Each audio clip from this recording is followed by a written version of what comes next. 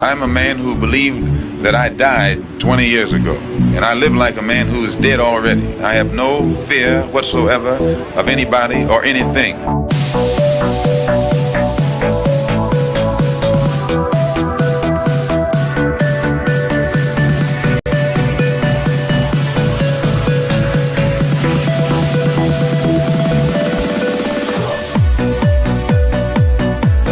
Gary Webb. I am an investigative journalist, and in 1996 I wrote a series of stories entitled Dark Alliance, which was about CIA involvement in drug trafficking.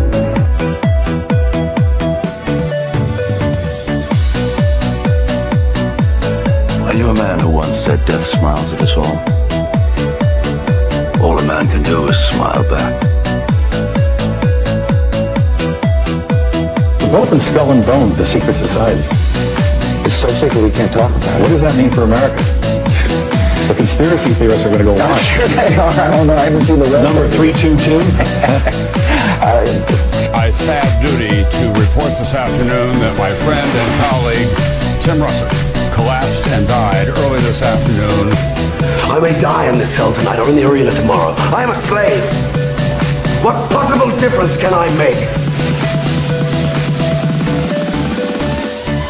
And no official of my administration, whether his rank is high or low, civilian or military, should interpret my words here tonight as an excuse to censor the news, to stifle dissent, to cover up our mistakes, or to withhold from the press and the public the facts they deserve to know.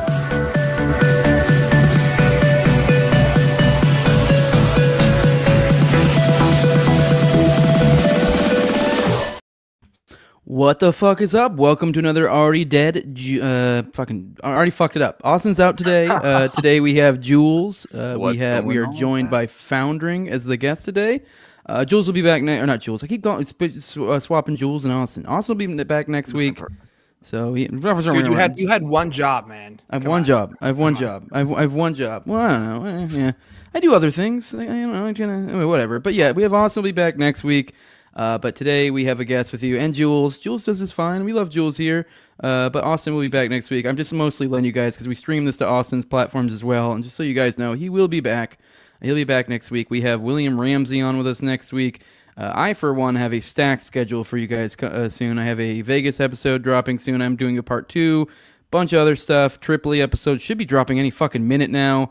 And I have one with them next month, me and Austin as well. So a lot of shit. Good to be with you guys. What is up, Foundring? You want to let my audience know who you are? Obviously, as we can tell by the chat, I think most people do. But just to be sure, I don't know, just for good measure, let some of my audience that don't know who you are, let them know about you, what you're about, all that good stuff. You were hyped by that song, by the way. I could tell.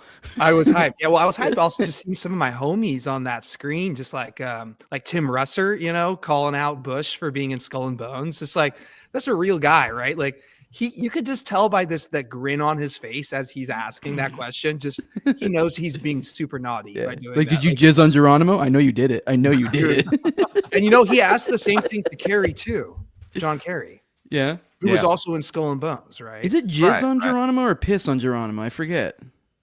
Jizz is more like it's got that alliteration going on, so it sounds good. Right. Yeah. I don't know, but you know that's the thing, right? That that's the rumor. Skull and Bones, they either jizz or piss. Skull.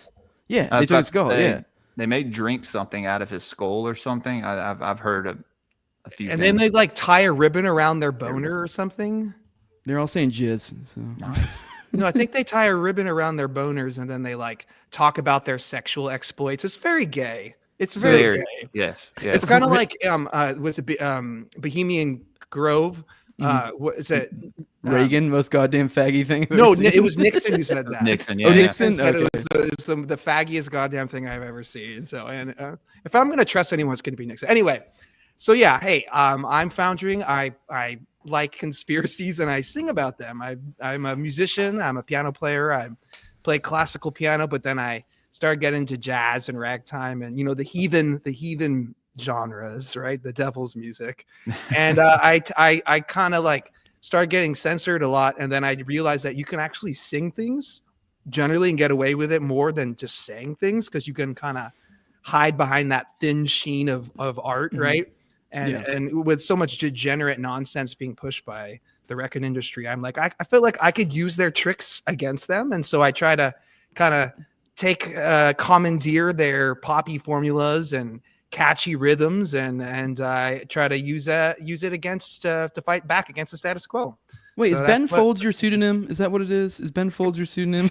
No, I'm just Well, kidding. I grew up on all that Yeah, stuff, he does a bunch of like rap covers. That's just the first thing. For those who didn't get that deep cut, I know him for doing like really really over the top like rap, like explicit rap covers, and it's like very white. Like I don't even know how to explain how you do it. Like bitches ain't shit but hoes and like that kind of stuff. Like I don't know. I dig it. It's a different era. Like yeah, like these people that they were pretty talented, you know, and they went the pop route. But it was back when you could actually you had to, you know, even Weird Al, right? He's got a lot of talent, and the idea of doing this parody and sort of as this biting satirical way to challenge the status quo. It's really cool, and it is something that's been going on for, to be real, thousands of years. Like that is how you made fun of the Caesar back in Roman times, right? Or like if you want to make fun of the king during Shakespeare times, you could do it. You could make fun of the Shylock Jew that is stealing all the money, right? Shakespeare is doing that, right? Like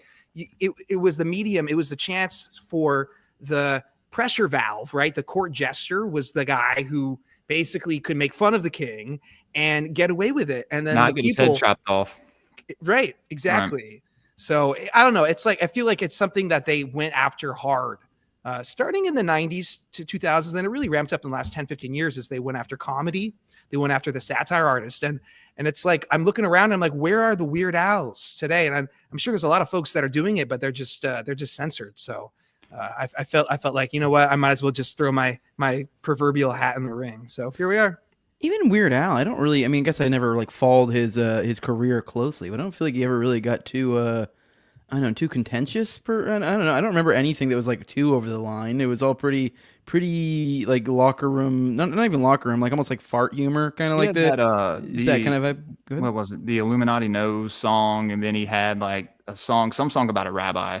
To fly for a rabbi. He did that. Right? He pushed that, and then he like appropriated the black people's music, right? Like doing all the Michael Jackson stuff. So he was kind of, yes, you're right.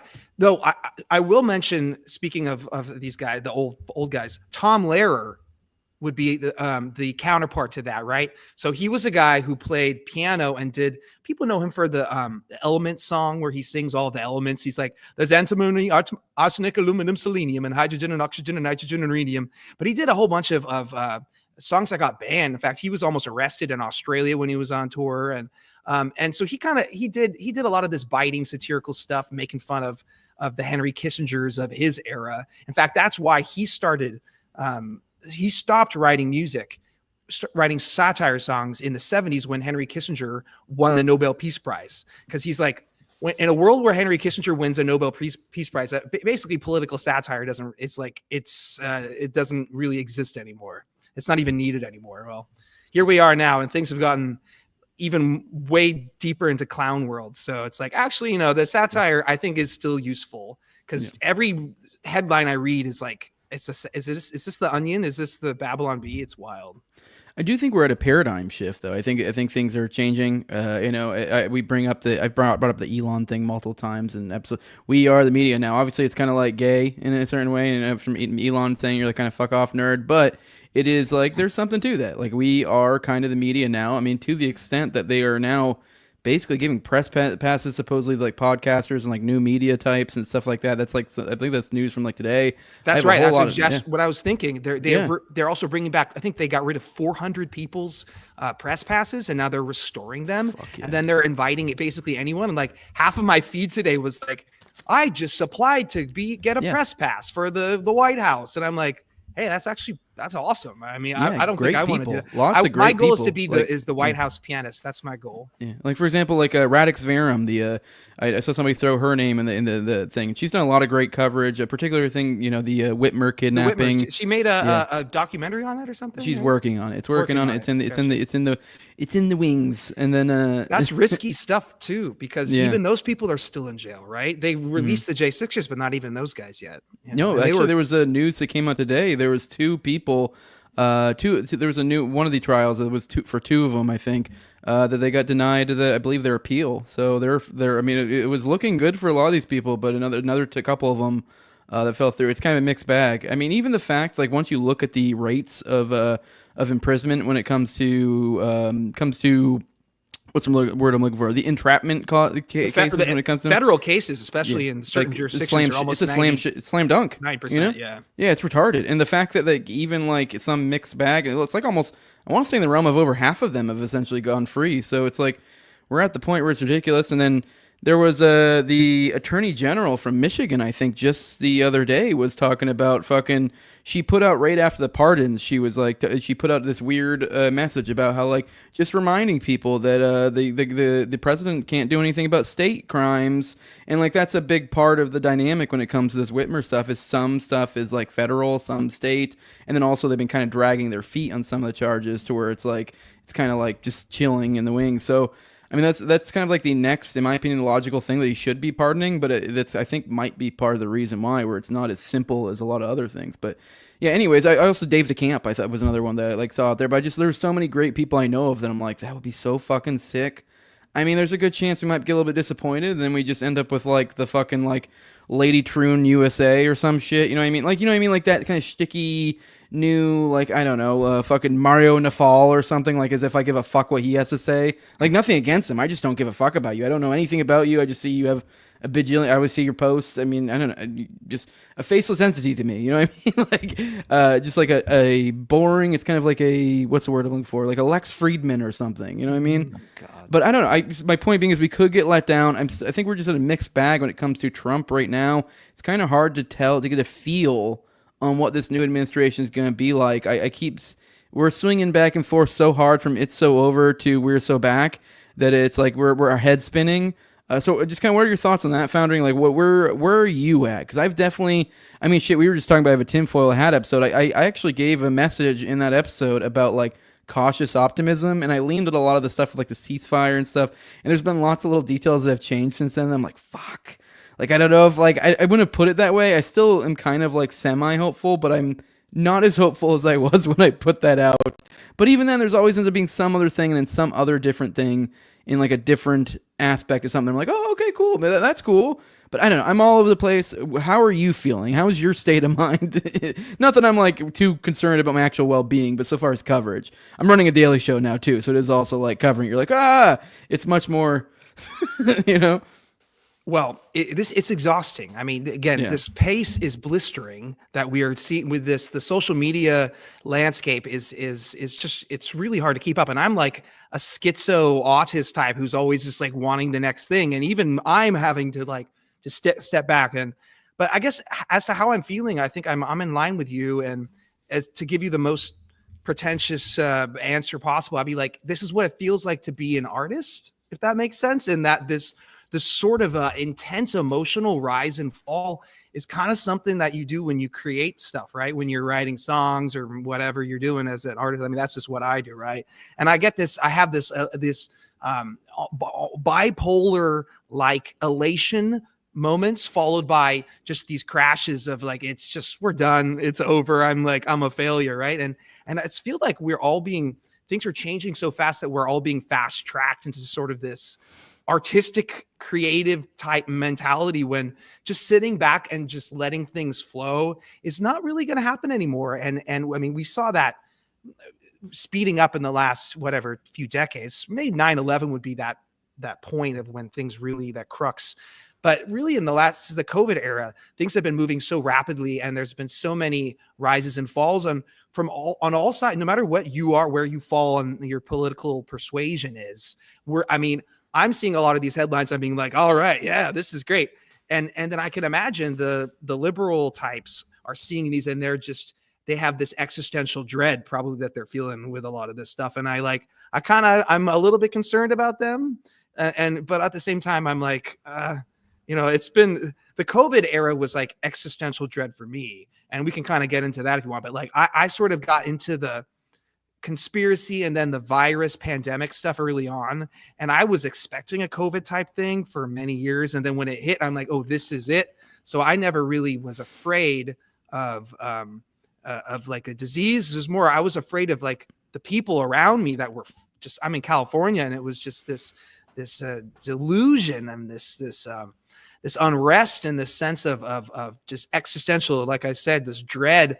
And I could feel it so oppressive all around me. And I'm like, I'm just trying to like be happy. And I was the one that I have a kid, and I was like the only parent that was like, yeah, kids can play and like we can go outside and hang out. And everyone was just afraid for like 2 years and just going through that. And I feel like we're being subjected to a lot of this stuff, this rise and fall as a way to disorient us. And a lot of it is because they don't really know what the fuck they're doing. I mean, I'm not one who's like, oh, there's a grand plan and this is all part of everything, but there certainly is a plan that has been going on for a while, and there's been bumps, and the Trump aspect is, I'm still on the fence about. I mean, I wish I knew I had a better answer for it, but I see a lot of good things that are happening in the last week or so that I'm pleasantly surprised by. And then a lot of stuff, it's like, oh, we're just going to reinforce the narrative, and we're just going to memory hold this. And even today with the drone stuff, they're just like, oh yeah, the drones, that was us. And we lied about it. I mean, I say we because it's the U.S. government. It's a different administration, but it's still the U.S. government. And right, they have the answers to what this actually was. Same people. And so I'm like, okay, how much is actually changing? How much is this a new face? But enough is changing that I'm like, they're fighting with each other. And they've been fighting these different factions. And it's not just two, but like certainly there are ones that have more sway than others. So again, you can't be especially as a parent, you can't be pessimistic all the time, because then that just gives bad vibes, right? So I'm trying to be optimistic as much as I can. Even through COVID, I'm like, this is the best thing that could happen, because now people are going to start questioning vaccines. Now I can like confidently say, maybe we should talk about the vaccine issue without getting completely buried and just like insults and threats and everything. And so I'm seeing the dialogue and the narrative, the Overton window and all that stuff is shifting in a way that I'm like, I can't see it as anything but empowering. Yeah. So I'm trying to feel empowered as well. Yeah. Well, they sorry. No, I was passing it back to you because I accidentally stepped up you, but go ahead. I was going to say they've kind of kept us trapped in this little paradigm for so long now, just like trying to pin each side on each other. But like you said, there's a lot more than just two sides. I think we're seeing that play out like every day in all these news cycles. And I think that even the people in charge right now are kind of like, oh my God, like we don't really know what is going to happen. And they're not like, there's certain things that need to be disclosed. I mean, the JFK and all this stuff and props to the new press secretary and kind of getting all this stuff out there and all that. And even talking about the drones, I'll give Trump credit for that. He said the other day when he was signing executive orders, he's like, yeah, so was it Susan Wiles, right? His whatever the lady, he's like, yeah, can you figure that out? Let's find out what the heck that was. And Trump probably knows. And then like Trump he just right before we started here, I saw a headline.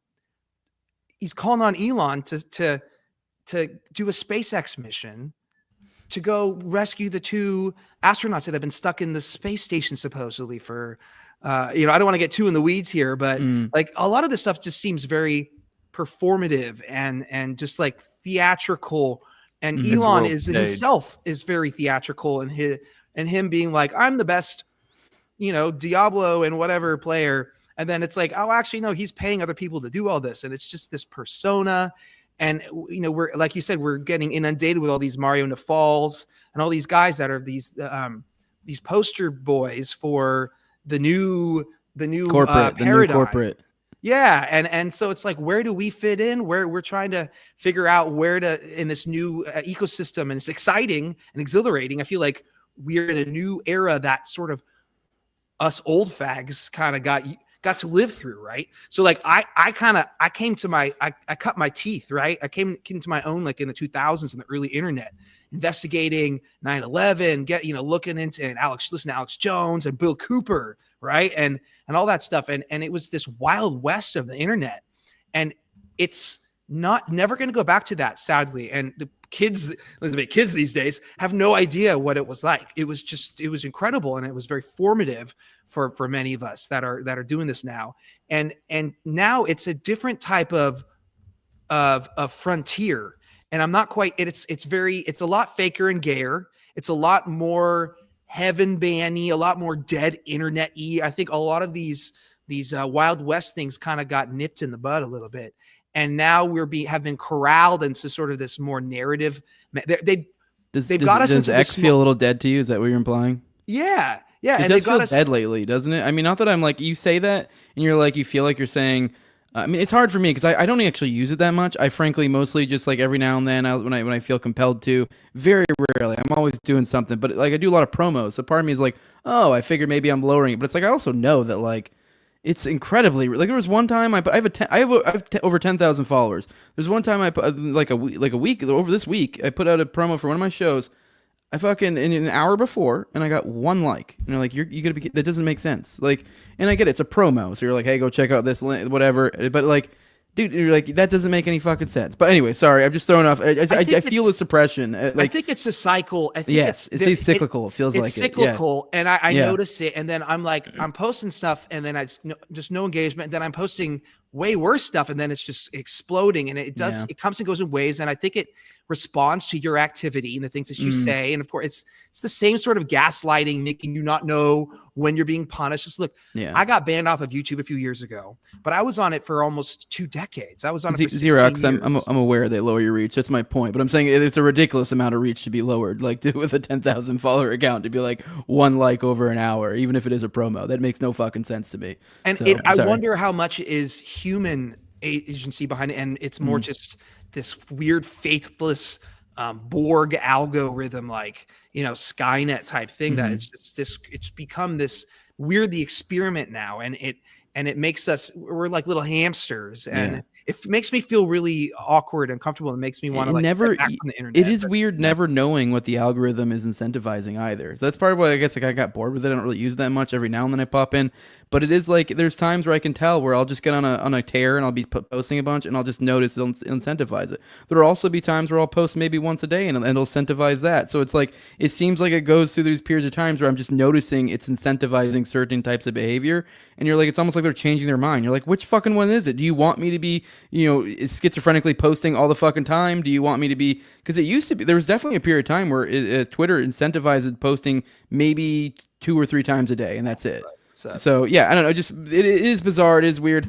I mean, especially like you do notice these patterns. I sound like I'm being crazy. I'm like, I deserve more likes, but it's like, no, I'm noticing patterns, and I feel like it's weird. I'm not even like upset about it. I'm like, people still come to the show, like whatever. It's just weird. It's just Twitter. I don't give a shit. But it is like I do real like, and you extrapolate that out, and you're like, how does this affect groups? Like, how is this going to affect groups? How is this affecting behavior? How is this going to affect this new corporate, as we were kind of mentioning with like Nafal? I did want to kind of touch back on your theater point, because and this is this made me think about, because you're kind of like this whole world's a stage type thing, and I don't know to what extent this is true. Like when I was on Tinfoil Hat, I mean, it's gonna be coming out soon. The just a little bit of peek behind the curtain. I kind of made a case for cautious optimism. What I talked about was Israel particularly, and the examples I used were, for example, the TikTok ban and the fact that he extended that. Obviously, there's an asterisk there, and the fact that like they're still making them sell off, but it delayed it. So in Israel was upset about that. So that's kind of like, in Israel took a little bit of an L there. Then you had the peace deal, which they were very upset about. There were multiple members in the Knesset that were threatening to resign, and one of them did.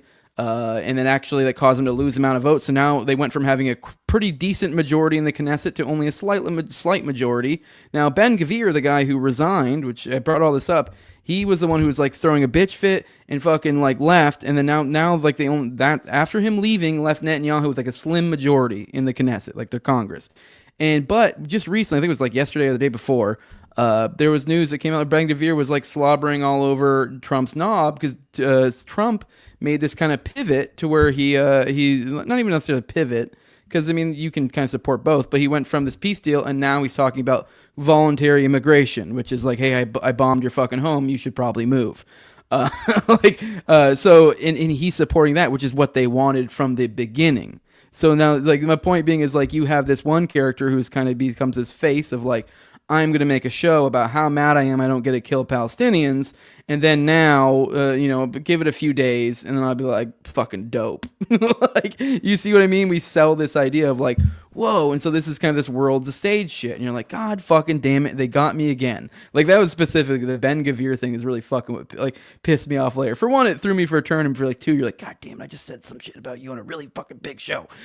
Like, and you're making me look fucking stupid. So I don't know if you have any thoughts. I just thought that was like kind of a prescient example of like world being a stage. Like, and let's be real, like, who knows? That finance minister, Ben Gavir, likely may have wanted to retire anyways. You know what I mean? So he's like, hey, throw a bitch fit, you fucking get out, and then, like, hey, you get what you want anyways, and we get to act like Israel took a big fucking steam and dump, like you took a big steam and dump on us, and we took such a big fucking L. And you're like, no, cool, we're going to stop genocide, but now you guys need to get the fuck out, or we're probably going to pick up genocide again.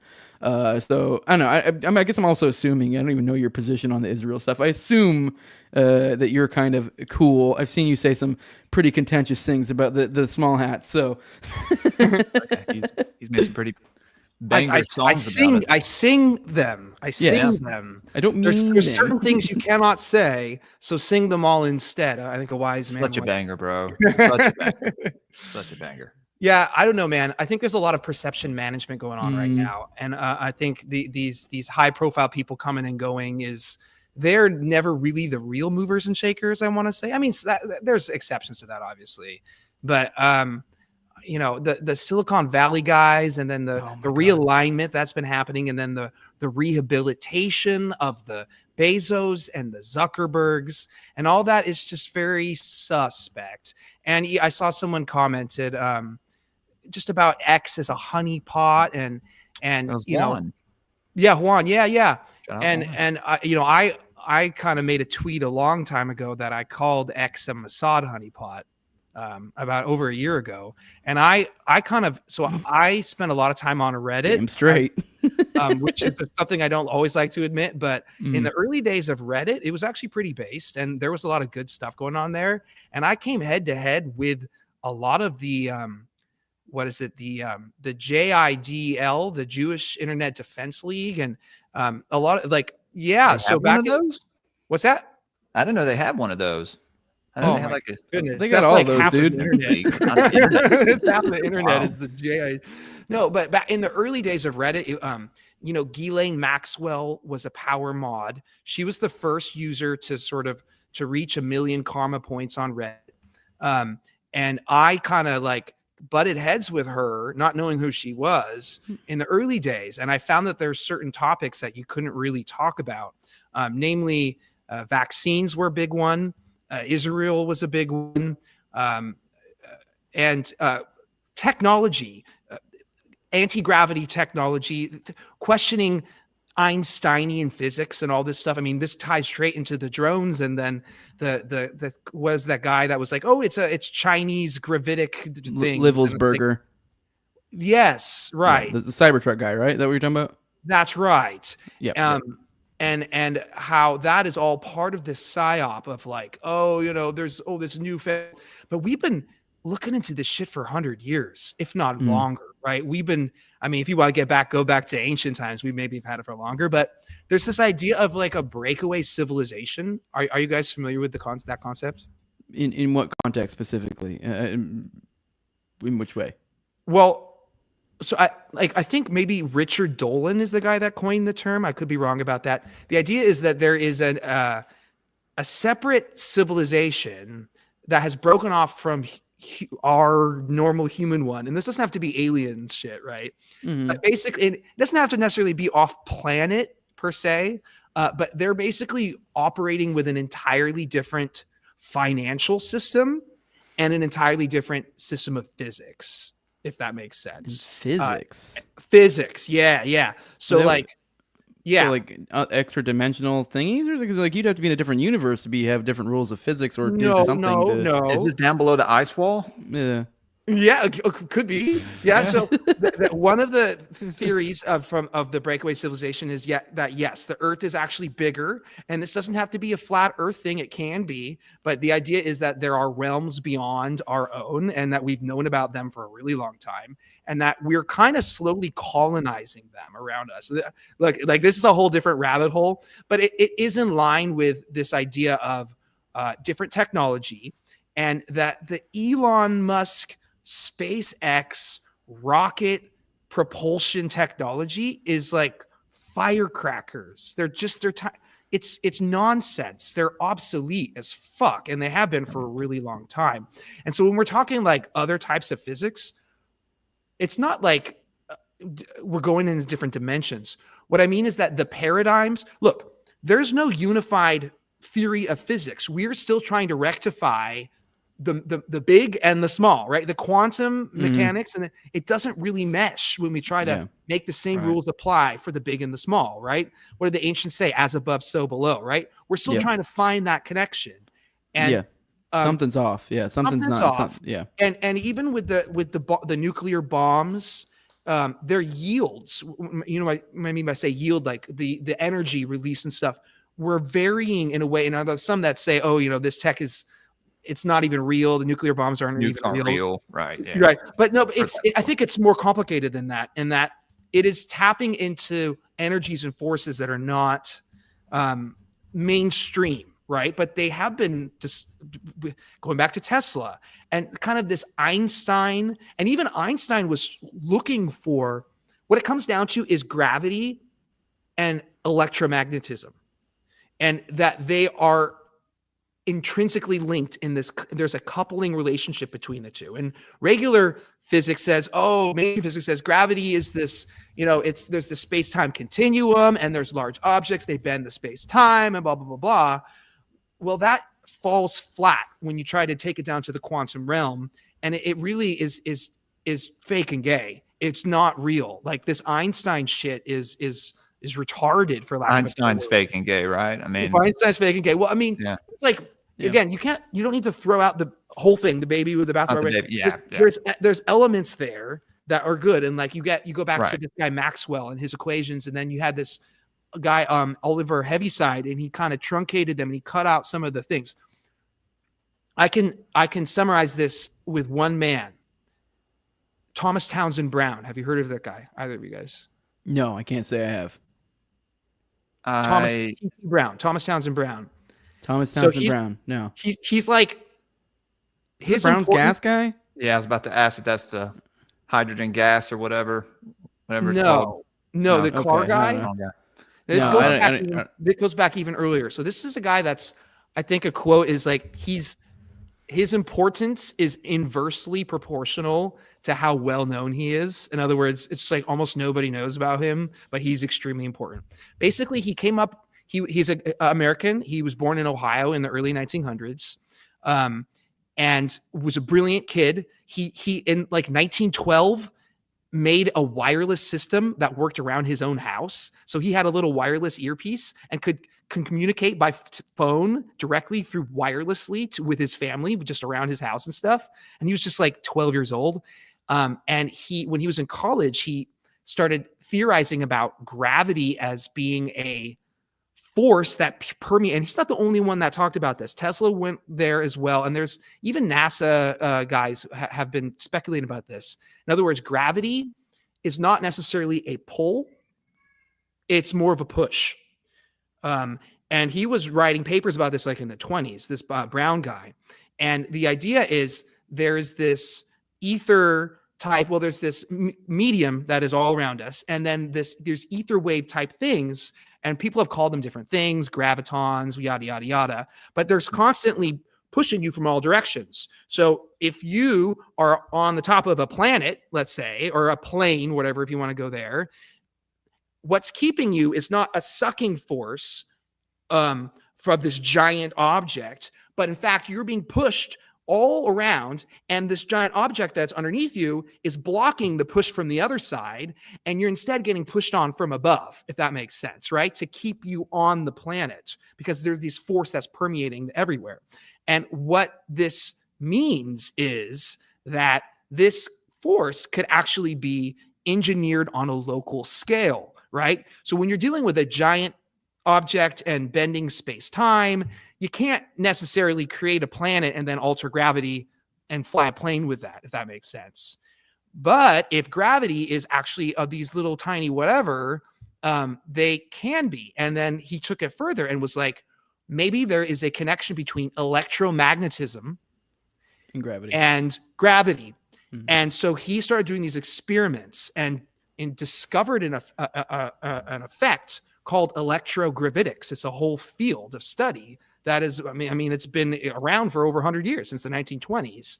I think I've heard about this guy. I just didn't remember his name, but yeah, go on. And essentially, well, the effect was called the Biefeld-Brown effect because he kind of did it. He released it with his professor at the time, but it was really this guy, Thomas Townsend Brown, that came up with it. And look, he was involved with the Philadelphia experiment. You guys know about the Philadelphia experiment? I've heard it. I can't remember specifically. So that's when they, in 1943, and during World War II, they basically made a giant ship, Navy ship, disappear. And Einstein was involved with it, and it reappeared again. And cosmic horde ensued. Yes, right. And then the sailors were fused into the hull of the ship. It was a just gruesome experience. So Thomas Townsend Brown was one of the main guys behind that one as well. So just to wrap this sort of idea up, what he did was he took and this connects with the drone shit too. It's like it all comes full circle. Yeah. He took if I want to make sure I get this right, a dielectric, which basically means it doesn't conduct electricity, and he put it between a negative and a positive pole of things, a thing that does conduct electricity, and then he pulsed it with very high, low amp but high voltage electrical things, and he noticed that there was this push, a lift almost, towards the positive pole, but there was a dielectric in between the negative and the positive, which just shouldn't be conducting electricity. So it wasn't the electricity that was causing this effect. Now, it has been debunked by the mainstream and the Wikipedia aspect of things as, it's ion wind. The electricity creates this effect called ion wind, and it creates this little lift, yada, yada, yada. But he proceeded to do this test over the next several decades. He worked with clandestine operations in the Navy, and then he went to France and was working with black ops shit with them in the 40s and 50s, and he proved that this effect was observable in a vacuum underwater and all these different places where ion wind would not be possible in these circumstances. So in other words, there was some coupling that was being observed between gravity and electromagnetism, and he was unable to get a real practical, in other words, you couldn't in the 20s make a plane that could run this way because he didn't really have a way to create this dielectric that would withstand this high energies and stuff. But people that have been looking into this have been like, this shit went black in the 50s. Like Boeing, there used to be an anti-gravity research thing that was very public in the 40s and 50s. And all of a sudden, it was gone, and we didn't hear about it anymore.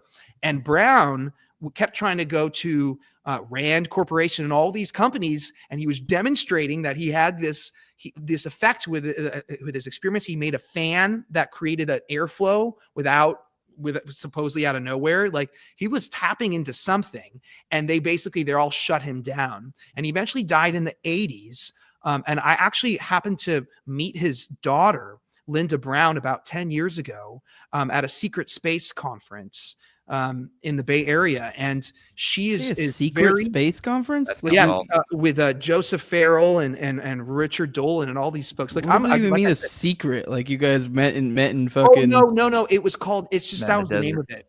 Okay. I'm like, because you guys in darkness met somewhere? No. It wasn't anything like that. No, it was like a big conference at a big amphitheater type thing, and everyone, all the gotcha. nerds were there. All right. That was just the name of it. Short, there's the tech, and this might not be the only one, but this breakaway civilization, as it were, they're using these way better forms of technology, and we are stuck on... I'll check out that Dan Winters guy. That name's familiar to me. Thanks to our experience. We're stuck with this normie tech. And I don't know if you guys know about the Malaysian MH370. That kind of just went poof. I'll be completely frank with you. I don't know. It doesn't. I've listened to him talk about it. To me, I mean, I don't know. I don't get wowed by this. Like at the end of the day, I'm not. I know what AI does. I know. Like at the end of the day, like to me, I see that and I go, that just is like I'm looking at a screen. I know it's kind of a depressing way to look because it's like we're in a post-reality world by this standard. But it's like nothing. Like there's no way that I can't know that's been altered for what I've seen. I'm skeptical you know of what that I mean? footage as well. Yeah, but like that's my point. It's like that could very easily just be bullshit. Like very easily. And all I have is nerds saying it's bullshit and some other nerds saying it's not bullshit. And I'm not a nerd. I'm just like this. Okay, whatever. I'm just going to like, it means nothing to me. Like it's like other than like a fun jumping off point for like maybe to jump to experimental science stuff. But even then it's a faulty, I don't know. I feel bad because I would say most of the stuff that we're being shown publicly today is fake and gay, at the risk of overusing that term. Okay. Yeah. And so all these things are heavily managed. And so, but I would say that as weird as it sounds, is also almost contradictory, is that going back and looking at these events from 100 years ago, there's almost more reality in them because they didn't really quite have this system of obfuscation yet. And even Roswell, where, that's now become part of the zeitgeist of, it's the alien craft and everything. But the whole idea of aliens wasn't even inserted, alien bodies and stuff wasn't inserted into that story until 10 years later, at least. Like it was originally just like, this was a weird thing that crashed. And the government gave out 2 stories right away. Weather balloon and also top secret research. There was a government person that also said that, right? Top tech, secret tech, right? So they kind of split this false dichotomy early on. And then they give us these little carrots of aliens. And I think that's I don't think it's real. And I'm not saying that there aren't non-human entities. Yeah. But the narratives that Hollywood has given us is clearly the exoteric version where there's an esoteric one that is happening. There always is. Yeah. There always is. Right. And that's how they do it. Right. And they they string us along. And so that's why when we get these drone shit and now we're seeing the exoteric and esoteric kind of merge a little bit where you're getting the Tesla Trump Tower guy, right? Whose name Livelsberger, Matthew Livelsberger. Yep. And how he was a Green Beret. Yep. This sort of, he's going off about their Chinese gravitic, right? So when I saw that term gravitic, and the media didn't really talk about that as much as other things, right? But that's just, I immediately think of Thomas Townsend Brown and electrogravitics. And then how he went and said, China and the US are the only ones that have this tech. And I'm like, I called BS on that right away because Thomas Townsend Brown went to France and worked with their government agencies and corporations in the 50s and was showing them this gravitic tech. And this is like 70 years ago. So France has got it. Israel's got to have it. Most of these countries have got this tech. So I'm like, this Livelsberger is either he's being fed this stuff and hoping that he will go public with it as kind of a disinfo campaign. And it reminds me of William Cooper, who I mentioned earlier, in that Cooper, Bill Cooper, right, is like the pre-Alex Jones guy, right? Yeah. And he was amazing, and he went deep into the mystery schools, Mystery Babylon, and all that stuff. And I like inject that shit into my veins. I love that shit. Yeah. I think it was like a radio show, right? That's right. He did. Yeah, it was Hour of the Time, I think, is what it was called. Hour of the Time. Yeah. Yep. Mm-hmm. And I listened to the whole thing twice. So he said that when he was in the Navy on some assignment, and he was kind of like put into this position where they were looking for something or told to look for something, and they saw a craft come out of the water. And that was like this thing that it was a big formative experience for him. He was like, holy fuck, this tech is crazy. Like, what is this?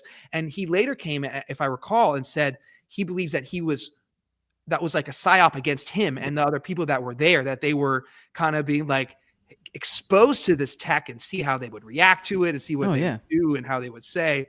And so I think a lot of this alien stuff, and then he was like, look, a lot of the people that are in the alien community, the alien research community, Mirage Men bullshit. They're all feds. It's Men in Black, Mirage Men, whatever the fuck you want to call it. Stephen Greer's fucking works for the Rockefeller, fucking for the Disclosure Project, like $4,000 for like some kind of remote viewing session or something. And I wonder a lot of these guys. And real quick, just look at Stephen Greer. Look at a current photo of Stephen Greer. I'm not even kidding. I know this sounds like fucked up, but like physiognomy is a thing, and it goes a long way. And I don't know, especially pattern recognition is a thing. I'm not saying everyone who looks like Stephen Greer is bad, but people that look like Stephen Greer tend to be bad. Like so you just use your brain.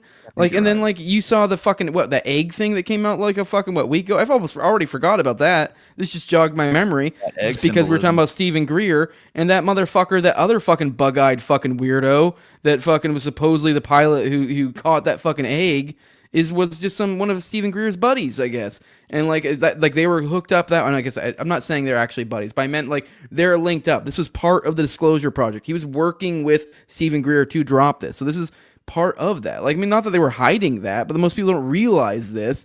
And it's like, yeah, dude, and you look at that motherfucker, and it's the same thing, physiognomy. And like this, we talked about, I literally made fun of our morning show. The motherfucker, like, bug-eyed, looked like he was methed out of his fucking mind. So, and like, anyone who knows what they're looking at, like, that dude's probably fucking MK Ultra out of his fucking mind on So this meth. is a different rabbit hole, but you guys know about the parasite theory, right? The worm-pilled? The worm pill, yeah. So, yeah, real quick before we get into that, I do want to. Let's get into worm pill. I love worm pill. Dude, I went on the worm pill. I read the whole goddamn PDF. It's the physiognomy of the worm infected, and yes, I have a whole it gets real racist real quick.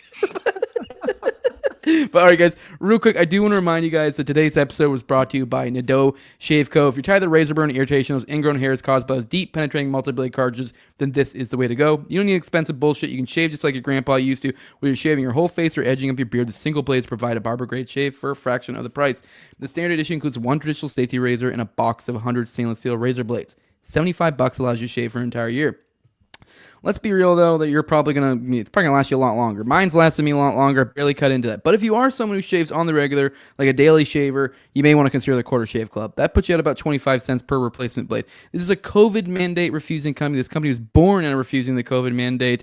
This is a company that creates a better product, a cheaper product, and it's from a company that doesn't fucking hate you. So it's kind of a no-brainer. And you can also get 10% off if you use code Jose for 10% off your entire order. Let them know I send you. Highly recommend it. Great people, great product. Go do it. All right, guys, let's get into the call-in portion of the show, and this is where we're going to interact with the chat as well. Also remind you guys, you can do Rumble rants on my stuff. I am demonetized on YouTube, but this also goes out to Austin's channel, so any of you guys listening, watching on Austin's channel, the Underclass Podcast, you guys can drop super chats there if you would like to. But yeah, super chats, Rumble rants, and then yeah, you guys can call in. I'm about to drop the number here in a second.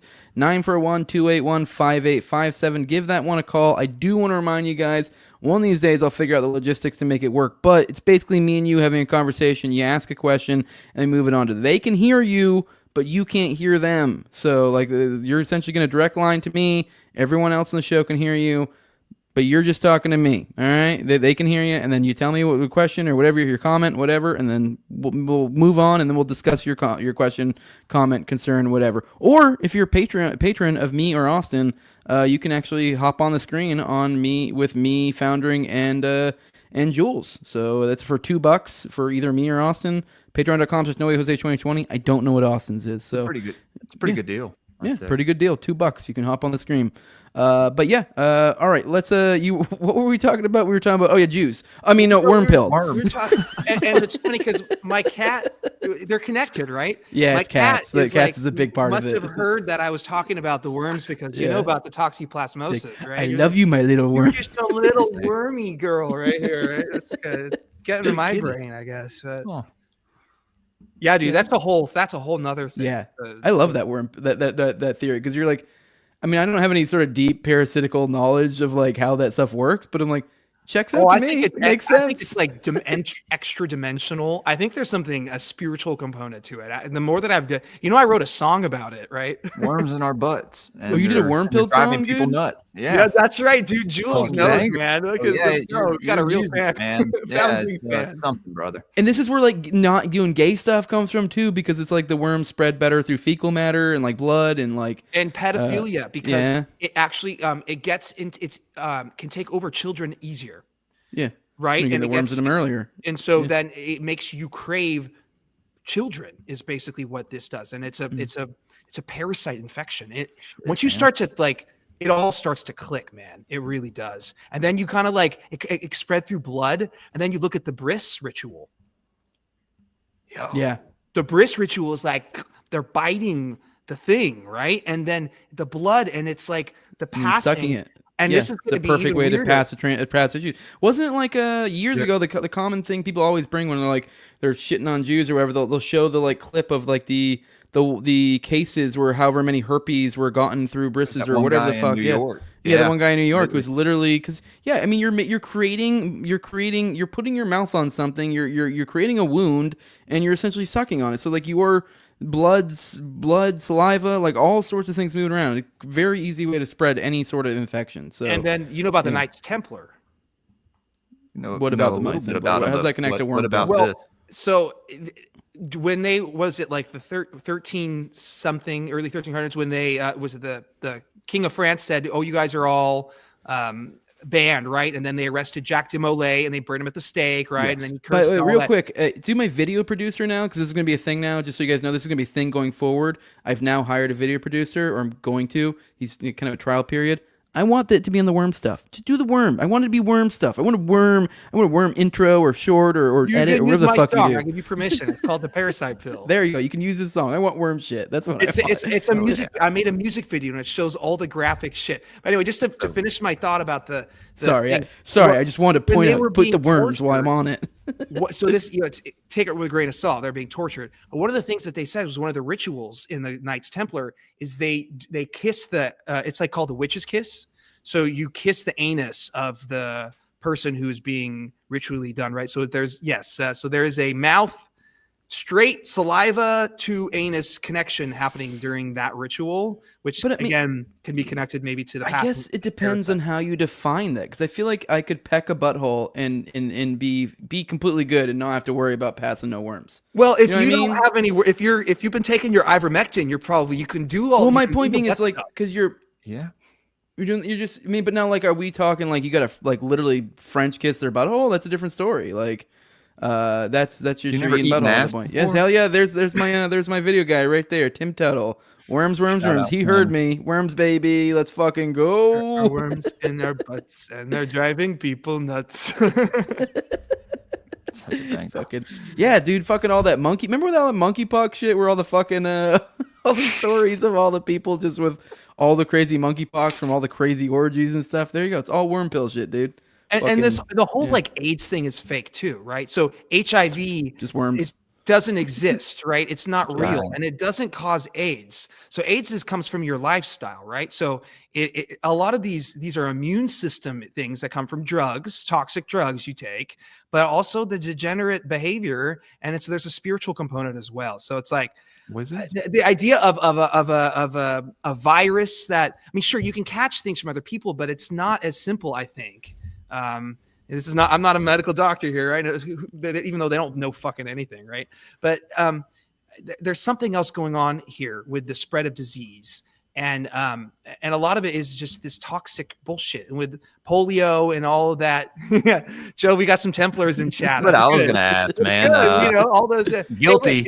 As long as you guys are keeping your body free of these parasites, you can go to town, man. Have at it. But when it comes to promote, it's the cuckoldry, right? It's when you start becoming that cuck and then sharing the partners, and it's the sharing of the worm is really what's going on here. And this could be a physical thing, but it's also something else too, a spiritual aspect. And I think the Bible and then go back that nigga is ruled by the worm. Like that motherfucker is ruled by the worm. So RFK Jr. had the worm in his head. Yeah. And then like, that's why I'm like, was that a bit of disclosure?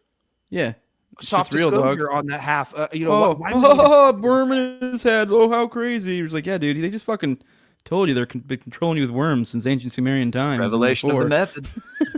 It is the revelation of the method. That's exactly right. And then if you look at the Egyptian pharaohs and then the snake that's coming out of their heads, it actually it's like it coils in their Absolutely. brain What was around it? their What was it in their tiny world. Stargate? Wasn't Stargate the Stargate's got whole? all- I never watched it, but I know the 100%. bad guys were like they had like literally like some sort of worm. They were literally like a That's it. parasite of some sort that were controlling, and that was like the whole idea. Like those were the original Sumerian gods, the Anunnaki, like Jules likes to talk about on his show. It's like those were essentially worm people, and they were controlling these. They were controlling people, and people thought they were like super duper special and gods and all this. And they were just fucking parasitical worms inside of fucking human bodies, convincing humans they were gods. So, like, I don't know. I've never Or really is it? looked at it like that, man. That's fucking wild. It's very wild. And then it kind of it ties in a little bit to the greater Earth theory as well, in that one of the ideas is that we've been colonized right by the gods, right? These whatever, back in the ancient times, the Stargate, is what it is. It always didn't sit right with me, this notion of the breed, because so many of these, even Scientology, even the Mormon shit, it's like the gods bred with the women of Earth. Sorry, Operation Stargate. I don't know if I'm not saying that connects at all, but I just recall Jumbo Stargate worms. This is word association, means nothing, as on purpose. This is words are spells. Bro, Mm-hmm. like words are magic spells. It's spelling, right? And so these terms have a lot of history to them, right? And then we when you start really thinking about how language was created and going back to Shakespeare and all that, and yeah, you're right, wormhole. All these things are very specifically done. I'm thinking about Stargate. Sorry, I don't mean to cut you off, but like I just today on my show delved deep into like Sam Altman's ideology. Well, not too deep, but like a cursory deep into dig into like this AI, future proposed tech lord. Although China just kind of fucked them. Like the idea of what they're like. What? So this guy's a Stargate guy, kind of like I think he's somehow tied up. Also a Jewish pedophile. Something like that. Yeah. Because he like molested his sister for years, right? Okay, I actually also dug into that on the show, and honestly, there's convincing arguments. I mean, I don't know. Is she really crazy? I mean, because that could be true. I don't know. I can't get a grip if she's crazy, but it is really like it really could go either way. It's completely explainable either way. I'm not willing to jump on either way, but he's still a fucking weirdo. But like either way, he's still a weirdo. I'm not entirely sure what's going on, if she's just crazy. I don't know. There's definitely a lot of shady stuff going on in that family, and it's a fucked up family, clearly. But either way, no, I was just thinking about like Stargate, because like Project Stargate, like the idea of what's like the future, like what this is going to be is essentially going to be like, oh, we all have like a UBI, and then we have like these tech overlords essentially that are like killing it, and we're taxing off of like land because we're supposedly going to like innovate so crazy that all this stuff's going to go up, but all the prices are going to go down, and then I don't know, it's just. But my point being is like the idea of this future, like almost gods among men, like these like what they want to be, these monopolists, these these future robber barons. Like, so it's like Stargate. There you go. That's just what I told you. Like, boom, they're all worm pilled, dog. So, you guys know Hitchhiker's Guide to the Galaxy? Yeah. Yes. Yeah. And actually, I was just thinking of it because one of the things is it's not a worm, but they put a fish called the Babel fish in your ear, and you can speak all the different languages, and it's like this great. It's like a proof of God, even. No, the reason I was thinking of Hitchhikers is, one of the themes of this of one of the books, it's not a spoiler, is that there's this sort of malevolous AI that is speeding up. So like there's this planet, right? And they're covered with a cloud covering, right? And so they can't see the stars. And so they don't know anything exists other than themselves. They're just this lovely little planet that we live on. And then there's this kind of rogue AI that's been around from a previous thing, right? And he's like, oh, I know what to do with these guys. I'm going to kind of warp them to my own, my own desires. And he crashes a kind of like a Roswell ship, like a broken alien ship onto the planet. And then they re-engineer it, reverse engineer. They're like, what the fuck is this? This is crazy. Like, what? They're not even looking up. It just is there. And they are able to go up to they break through the cloud barrier. And the first time the first guys on this planet, they break through and they see all the stars and the rest of the universe, they're like, fuck this.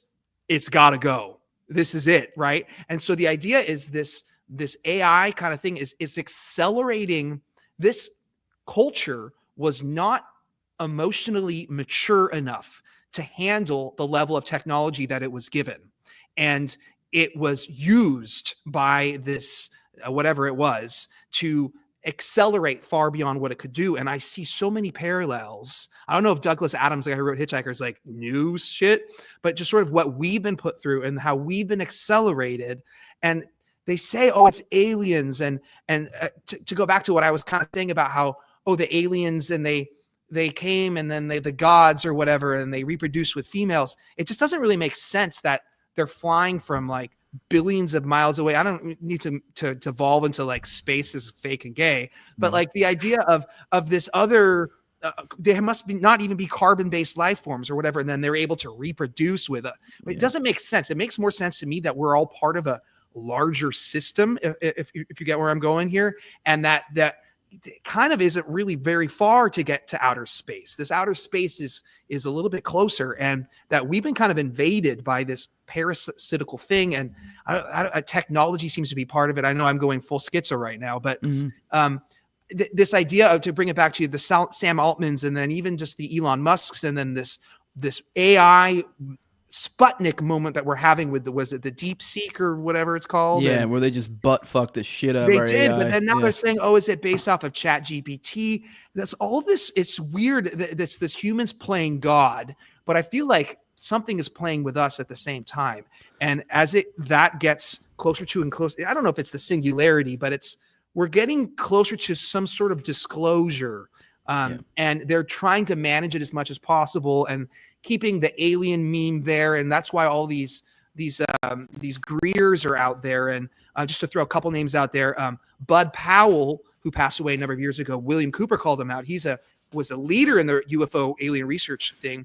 He's CIA through and through. And he was in a romantic relationship with Leslie Kean, who also is another CIA UFO alien researcher. So they're planting all these seeds in a way that is just really aggressive, and they're doing it to obfuscate. I think it's easy to be like, oh yeah, this is just alien tech, or even this is Chinese tech, when no, it's actually, this is our tech. We're looking at it, and is there a component of this other extra government intranational entity? And it can be on the moon, it can be on Mars, it can be out beyond the ice wall. I don't know, but I think they have a different financial system, and it's an open system. This idea of the Thomas Townsend Brown, it's not a closed system. It's an open system where we can tap into this ether, this energy force. The money system isn't finite. We could actually get infinite energy and infinite whatever, but it's being corralled, kind of like humans are kind of corralled right now.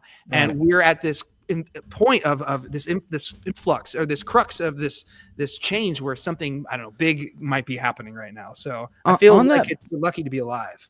On that point of them trying to make themselves gods, that kind of made me think of something. I think this example with like the Altmans of the world, the US AI race versus China AI race. Like I'm not one who's like, I know everyone's like, oh, we have to have this first. I'm not one who's caught up on that. But that aside, like, I'm not really too worried. I think there's something honestly kind of beautiful here, because, I mean, especially for those who understand economics and like how the difference between like a stagnant market and like a free market. And like essentially, like we're seeing here in the States, we've essentially appointed a handful of oligarchs in the AI realms that now we're going to give all the money to you, and we're gonna push everything into here, and we're gonna essentially force this to happen. We're gonna insert our big heavy hand and interfere with the market. Whereas in China took a far more, I mean, obviously still China, but it seems like they took far more of a free market approach. They found a way.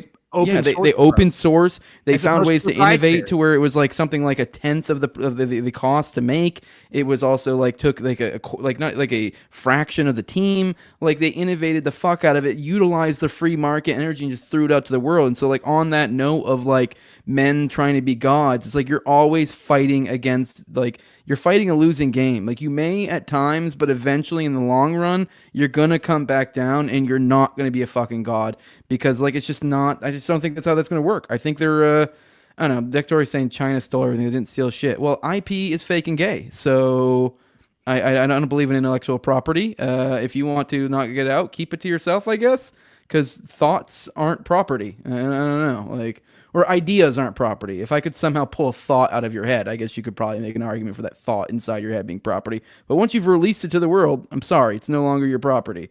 It just is what it is. I'm not doing it. Go and look into Kinsella if you wanted to get into IP debates, because that ain't it. But generally speaking, I lean on it's not fucking property. Sorry. IP is fake and gay, but they are creative. Yes, but the problem is when we stagnate the market and then we end up with these fucks like we do now. So, sorry, I ranted for a little bit there, but I just thought there was something there with the whole idea of that, like, I don't know, you're not going to be a god. Although I say that, though, we still have like the Rockefellers and the weird fucking people of the world, but I think they're consumed by worms. So, I mean, it's kind of like, you know. That's the trade-off. If you want to become a god, then you have to have a worm in your butt. And so, I don't know. I think I kind of like being human. Alan says the worms keep telling me I'm a starseed. You might be. You might be a starseed. Yeah, which for those who don't know, isn't that the one that like all the people, there's just like a whole class of people out there that are like, especially in this realm, which I don't know if it's a grift or they're just that out of it, where they think they're like communing with aliens and shit. And there are other people who are like, I'm a starseed, like I'm a, yeah. So I don't know. You know, look, there's even like, there's people that say that they can call these drone type things. Perhaps they can. Mind. And so I think that there is maybe something going on there, but for like the shit that they were in New Jersey and stuff, that's our tech, and we've been it's been classified forever. Why they're bringing it out now as a mass, like they're kind of, it's like their weird way of disclosing it, I think, and I think Trump's kind of in on that now, in that he's playing that role and saying, oh yeah, it's our tech, and then kind of like, and we'll see if they talk about it anymore. But it's just so wild that, and it's a testament to how blistering this social media pace is, the news pace is. It's like, sorry, I didn't mean to cut you off. Play it. Yeah. I just want to play this real quick because for those who are like you who aren't aware, I guess there was a recently today. I didn't watch the whole thing. Obviously, I'm just seeing the clips here and there because I don't know. I'm not watching this whole stupid fucking thing. But I guess there was like a White House briefing. There's a new. Job. Apparently. She did a good job. Okay. I know, we're about to find out. I didn't even watch the video because normally what I do is I save these and I watch them with you guys and it's raw as fuck. But all right, let's watch it now. And before I turn to questions, I do have news directly from the President of the United States that was just shared with me in the Oval Office from President Trump directly. She's kind of cute, but looks like a prude. But let's go on. An update on the New Jersey drones. After research and study, the drones that were flying over New Jersey in large numbers were authorized to be flown by the FAA for research and various other reasons. Many of these drones were also hobbyists, recreational, and private individuals. He's just padding it a little bit. The first bit is the important part, right? Yeah. So it was us. Yep. Yes. And then we moved on from that. But I see what you're saying, that it's a nothing burger in the chat, but at the same time, it's like, it is also, it's everything. It's like, why it's kind of what we knew, but say that in the first place? Like, it's like, it's like, it's us. Stop panicking. Stop freaking out about all this shit. But there is a reason that they didn't, and there's a reason why they're telling us now. And I'm suspicious. I mean, Trump's not coming out. I mean, maybe he'll do an executive order because every day there's like something crazy, right? But he's not coming out and saying, yes, we are experimenting with different types of technologies that are outside of Newtonian and Einsteinian physics, right? That is going to be a big, because when that comes out, because that is what has been going on, whether or not it's practical and it can whatever, that's a different conversation, but it's been going on, and it went black a long time ago, and the implications are completely paradigm shifting, and free energy, these airplanes and these Elon Musk SpaceX rockets, it's all just bullshit. It's all, again, like I said earlier, firecrackers that are nothing compared to the true potential of what's going on here. Stuff that they've had for far longer than we even know, right? Right. And then I wonder about how much is it even go back before Tesla and Thomas Townsend Brown? Most likely. Yeah. You guys remember this cocksucker? No. You guys don't remember this? You seen? Yeah, remember when the congressman lied about the drones being Iranian? You guys remember when the claims were that they were Iranian? I don't know. Maybe that's believing that's Iranian drones. I'm still astounded they did that though, because I feel like this has got to be political suicide. Like, I don't know who this dude is, but how the fuck would you not bring this up every time? Like, now this is like in aftermath. This is such a crazy fucking thing to say. Like, especially in the aftermath, like knowing, like he almost immediately got rebuked for it, there, right? Because Tulsi is not going to come out and be like, actually, Iran is sending these drones. I mean, maybe I'm giving her too much credit, but like, I don't know, man. I think that these days of fear mongering is is over.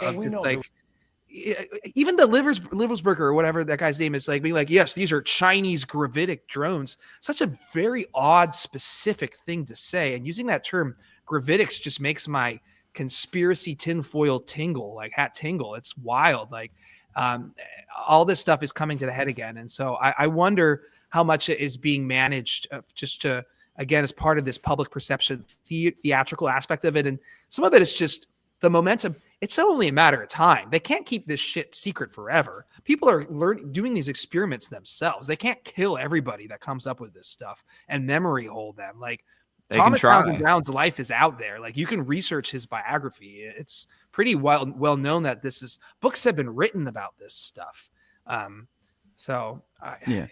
Guys, no golden age. We're getting neo-feudalism. That's what Joey Poopbag said. Yeah, that's basically what I was saying earlier. Like neo-feudalism is basically what they're describing. Like we'll give you guys all what you need, a little bit, you get like $14K a year, and then we'll rule above you, and play little games with our little rats that live in cages. So, yeah. What else? Anything? You've been quiet for a while, Jules. You have any thoughts? Well, I'm just enjoying all this worm talk. It's something that I haven't really talked too much about before. But you've never gone worm pilled? That seems like a perfect topic for your At first, show. you were kind of connecting them to the Jews, and then you switched it up to cats. And I was like, they're kind of like Jews too. The whole. Well, the thing is, they say that it transforms your appearance. I think is that what they say, and so that's where it comes into. So this is like the idea of people like the idea of being disgusted, visually it's a disgusted. Big smile that never reaches their eyes. I don't know if you ever can see it. The great, Black Hole Sun? The song Black Hole Sun? Yeah, the song. I thought you were like referring to. Yeah, no. Well, no, not the Black Sun. That's a whole different thing. No. The Black Hole Sun. The music video for that is like it's just creepy. They look in their eyes, and it's like this big, wide smile, but it never quite reaches the eyes. So yeah, there's something with the physiognomy that you can kind of sense. I think. Yes, there's it's like the idea of like uncanny valley. You see that your body is immediately has disgust. Like there's certain things, and the same thing as there's certain people that like. I mean, there is like an argument that even when the worm pill argument that they'll say like you shouldn't judge, and so they sort of break down your natural barriers of like. Like you go, oh, something's off-putting about it. Like it's kind of the idea of like, so women will say if they get the ick, like they'll get away from, because they just have like instincts. They're like, I'm not. And it's the same idea where you see something and you're like, you just know in the back of your head, you're like, something's wrong. But a lot of times you've been trained to be like, fuck it, because we're in this world of like everyone's special, everyone's great. Don't be any sort of ist, or don't do any isms or whatever. And you're like, you're not allowed to judge. And you're like, I don't know. And you're like, if it's just on appearance, it is kind of like you feel superficial, and that is on its face. But like, I do think to some extent you should sort of maybe listen to your gut and be like. But obviously, if you do end up with someone who's weird, who's off-putting, and then he's perfectly fine, and you can be wrong. Your instincts can be wrong. But my point is sometimes just take them under advisement. Take it as counsel. And, maybe you're the one that has lead you a long way. Infected, maybe and that you're reacting to the normal people. Yes, exactly. Whoa, accidentally clicked on glowy wife. I don't know anything about Cooper having a glowy wife. Is that... I opened this. Someone who grew up listening to Cooper would be awesome to hear his take on why he was taken out if you guys have time. Well, ooh, okay, that's fun. Yeah, because that is the thing. Cooper, I know there's a lot of talks on like, whether he was manipulated or whether he was controlled op or whatever. I think if anything, he might be manipulated. There are definitely things. I mean, I don't know enough about him, but the little bit I've looked into, there are things in his that seem to be that he was manipulated certain ways by other actors, kind of like the Mirage Men shit we were talking about earlier. I think there might be some of that. There might be to some extent where he's just full of shit. I don't fucking know, or he's a Fed. But I do think, I think he might have just been manipulated. That's kind of my feeling. But he even admitted that he was manipulated. Yes, exactly, he did. Right. But it's like my point being is, if you're admitting it, is that because you got like you need an excuse? You know what I mean? Like, I don't know. I'm not saying that is the one way or the other, but anymore. Exactly. So he was. It looked like he was killed by law enforcement, I believe, if I recall correctly, right? I was about to say he's the one that exposed Alex Jones first, right? Yeah. He was. It was like a sting operation where feds went undercover and pretended to be like rowdy drinking teenagers on his property, and he basically came out with a shotgun and he was like, "Get off my property!" and they shot him. And they said that he shot at them first or whatever, but Wait, that was Cooper? It was a sting and it was an execution as really, and it was okay. about a month or two after 9/11, if I recall correctly. So shit was going wild. I mean, perfect timing, right? Yeah. And then they were doing the anthrax scare. So the feds were it was all fucked up. That was such a crazy time to be alive too. To live through all that and see all that. That was wild. Like many psyops. Oh, I forgot. Right before we started, there was I saw a tweet from Raw Alerts saying Trump had just signed an executive order to restrict chemical and surgical gender affirming care for That's minors. a big one from today. Yep. Yeah. So huge. I mean, that's crazy. Yep. It's crazy. We are no longer sacrificing our young to Moloch. So that's cool. Well, we are. We still have abortion, but at least less to Moloch. So I guess that's Most cool. people just don't know improvement. Yeah. We do have a Rumble rant. Do we? Oh, $10 from JC says, can't wait to see Foundring on Sound Science. And I was going to talk to you about that. My show with Paranoid American. Hey, shout out to JC. He's awesome. Oh, that would be perfect. I forgot. Jules has a show where he kind of talks about just kind of like you guys how music and then just kind of kind of the aesthetic I do music. I do music. I know. And any symbolism or like conspiratorial kind of angle to it as well. Hey, well, there's the whole Laurel Canyon thing in the 60s, and then the Jim Morrisons and his dad, and man, there's so many rabbit holes there. All these guys, it's just crazy. Yeah, man. So we'll have to talk about that for sure. Yeah, there are other people agreeing with you. I guess that is the case. I've never looked into the Cooper one. It's one I need to look into, especially since it's in my intro. Because we've made a point to look into some of those because some of those we don't know. Obviously, some of them we do. Here's one question I wanted to ask you.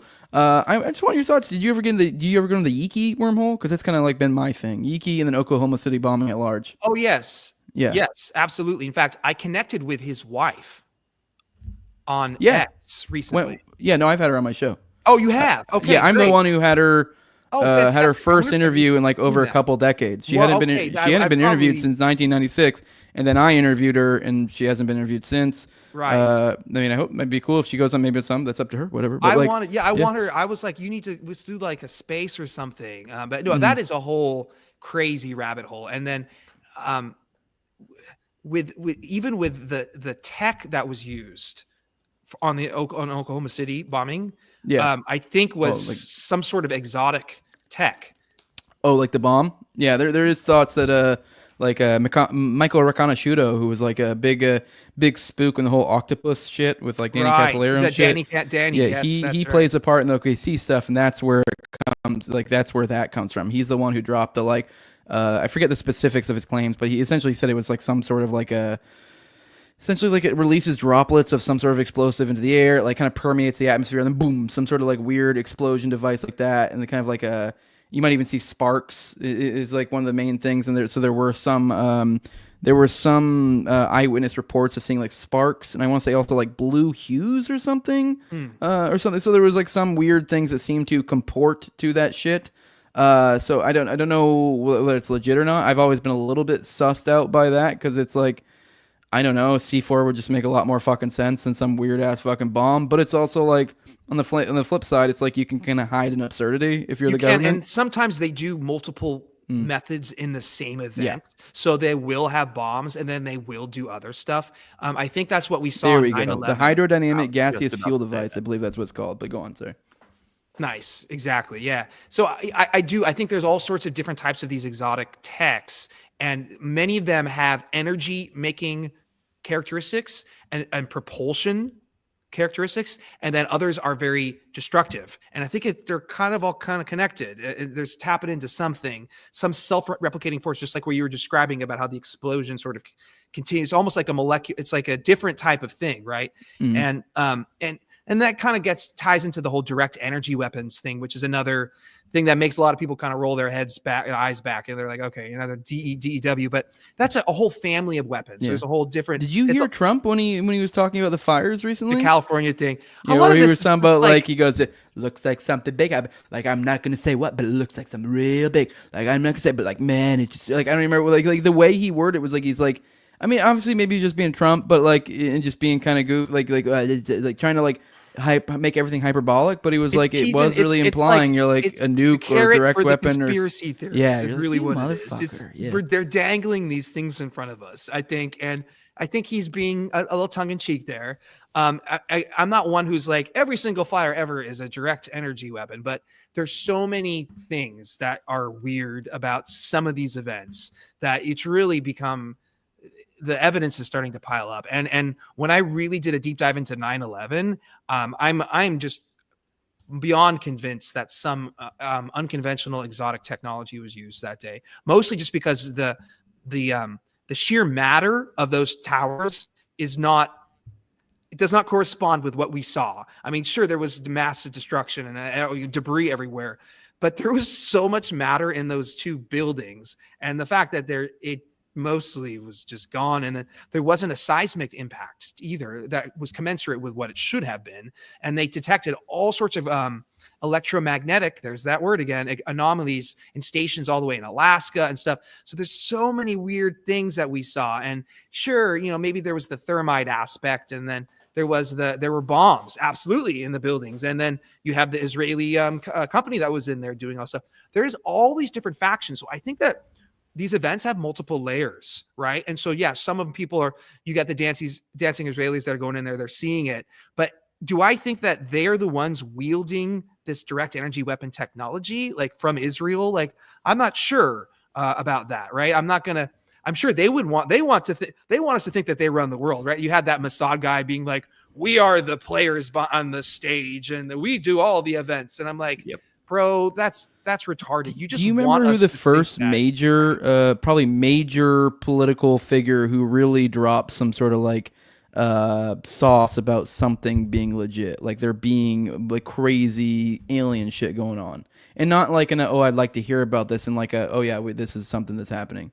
It was like the head of like essentially the Space Force of Israel. It was like something like a decade ago or something. That's right. Yeah. So it was like that's where. I mean, if we're talking about disinfo and like who's controlling the info and who's got the space lasers and who's, like, I don't know. I don't know. Maybe that's not much. I do want to point out. Someone said there were reports of fires being started by smart meters. That is another aspect of it. Yes, I've seen that, and that's been talked about for a while as well as the smart meter component. And I think that is credible.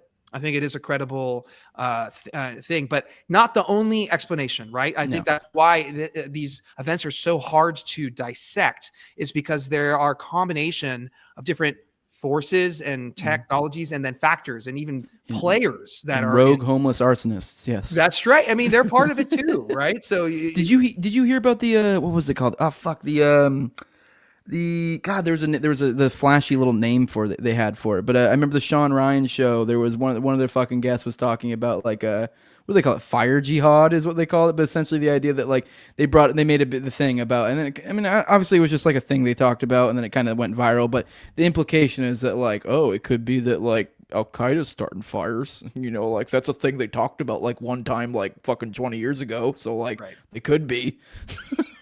So you're like, that was one thing I talked about tinfoil hat too, is like how all roads, like right now, like there's also this like upcoming new media class where we have these especially like these like essentially former feds or current feds, whatever you want to call them, and how they've kind of, a lot of these have got podcasts or whatever, and it's like, I don't know, it's interesting how like a lot of these, they're infiltrating all these different narratives, like, and they're every single one right now.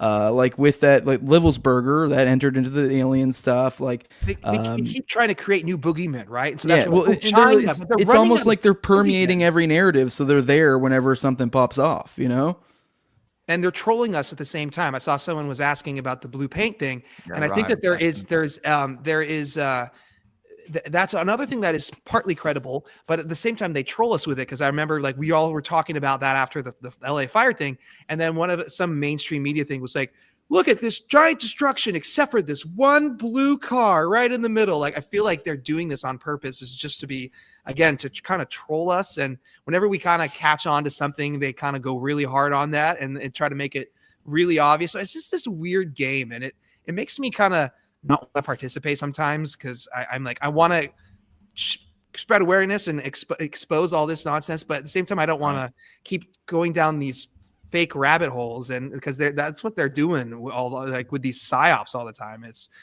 exhausting to keep up with, but it's exciting at the same time, because again, I think we're at this point where they can't keep this stuff under wraps for that much longer.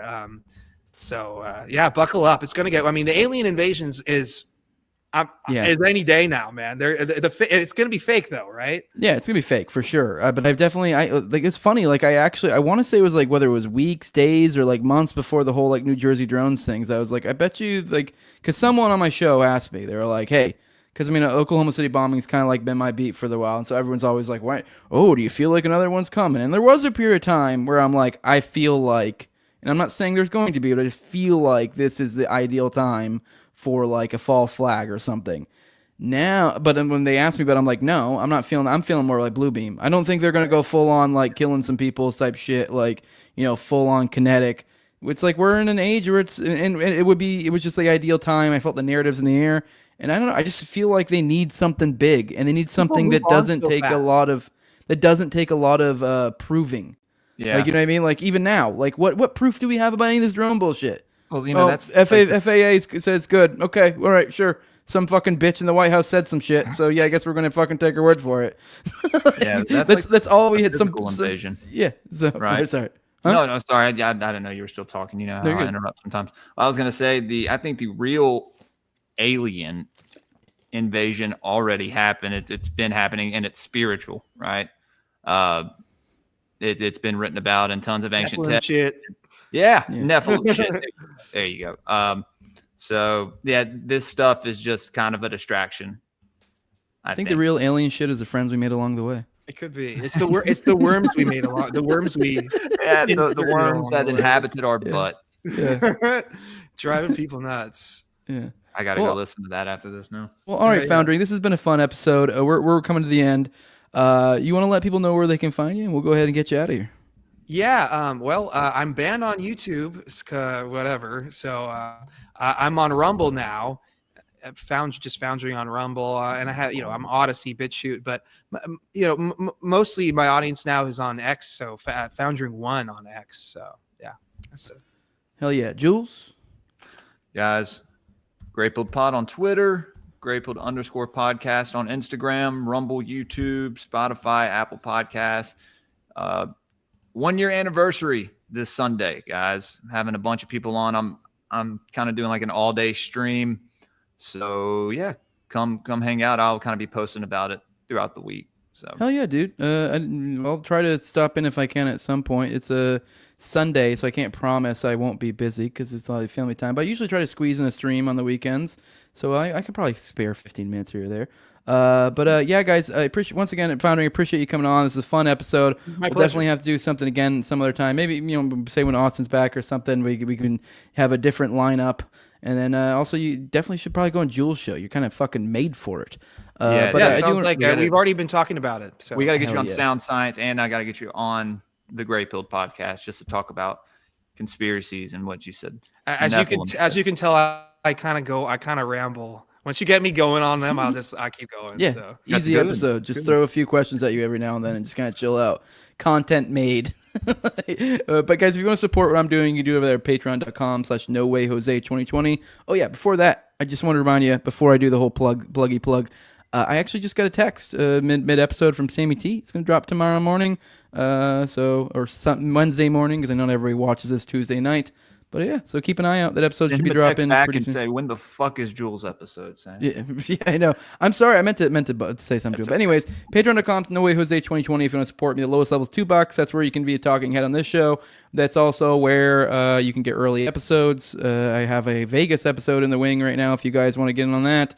Also, I have the highest levels. My sponsors, I read them off every episode. My co-host on Tower Gang, at Tower Gang Toad, at Abrogate D's, at ZOVRACK, at _Infinite Seal, Jacob Daniel, Tim Tuttle has at Jolyon Klebold, then Will Bell has a delicious blueberry rabbit eye wine, then a big fan of the show, Torin May, then at INWARD Lover, at Inward Lover, because we all should learn to look a little bit inward and learn to love ourselves. We should all be inward lovers. Make sure to like, share, subscribe, comment, all that good stuff. Leave a 5-star review. It helps out a lot. Helps out a bunch. Appreciate everyone who showed up today. Hugs and kisses, baby. Deuces. Bye-bye.